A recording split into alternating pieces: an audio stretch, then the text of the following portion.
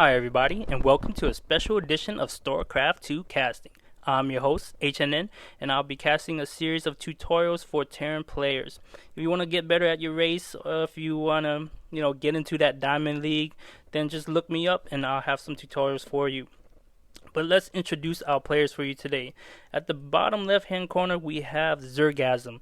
A little bit about Zergasm. He is a 480 rated Zerg player at the end of Beta Phase 2 on the US server side. So that puts him somewhere around the top 200 players at the end of Beta Phase 2. And spawning at the top right-hand corner is myself, HNN, and a little bit about myself. I am a 330 rated player. So at the end of Beta Phase 2, I was probably around one of the top 1,000 players. So if you want to place a bet on this map, you probably want to place it on Zergasm.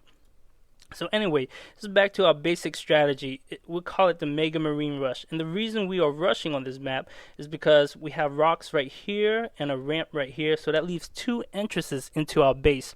So teching on this map is a little risky since there are two ways to enter someone's base. So the build order for the MegaMarine rush is a supply depot, 2 Raxes, an orbital command center, a supply depot, and then 2 more Raxes.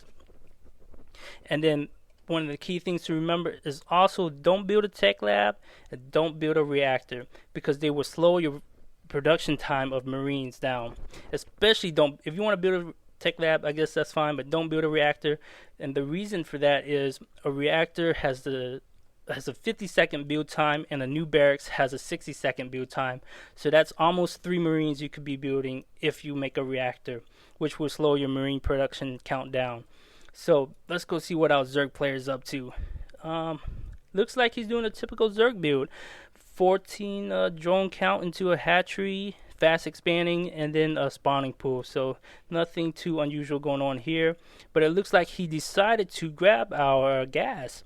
It's not a big deal because he doesn't know we don't need this gas for a MegaMarine rush. So we still have the element of surprise on our side, as he thinks he actually hurt our economy by taking this gas. But as a Terran player, you don't really need that much gas against a Zerg player, which I'll explain later in the next tutorial. Anyway, let's go back to our build order. It looks like we have 2 Marines going out already. And one of the things about your first 2 Marines is you always want to go Overlord hunting with your first 2 Marines. So you got to think like a Zerg player. You got to understand where they're going to put their Overlord. One of the places they love to build an Overlord in Blistering Sands is one right here. One right here, and after watching this replay, I know Zerg players love to put an Overlord right here. So these are good places to scout for Overlords whenever you build your first 2 or 3 Marines. And then your 3rd Rax and 4th Rax always has to be forwarded at these spots to protect your natural expansion right here. And this plays a key portion into this play, because you can build supply depots right here. If anything goes wrong, you can just place your Marines right here, close your supply depot, and you'll be protected against any attack if anything goes wrong. And always remember, you got to grab these watchtowers. Everybody knows you should grab your watchtowers, because you have to use the element of surprise on your side. Without these watchtowers, this strategy won't work. So you got to grab these watchtowers. And grabbing these watchtowers plays an important role, as you can tell, because we can see this Overlord over here using the watchtowers. Looks like this Overlord is going to go down. But once we destroy these Overlords with our Marines, it's going to alert our Zerg player, and he's probably going to drop a Baneling Nest down. But he doesn't know what's going on right now, because I don't see a Baneling Nest anywhere in his base. So he has no idea a MegaMarine rush is on his way, and it's probably going to be too late by the time he realizes. Okay, he sees a bunch of Marines killing his Overlord, so he knows something's up. He probably feels he might be in trouble, and the best way to counter this is to make Banelings. But he just put his Baneling Nest down right now, and I don't think it's fast enough to counter this MegaMarine rush. But let's see what's going on and see if he has enough Zerglings or spine crawlers to defend against this. Doesn't look like he has anything but 2 spine crawlers that are spaced too far apart, and his queen goes down. These Zerglings are coming out one at a time, so the Marines are just popping them off.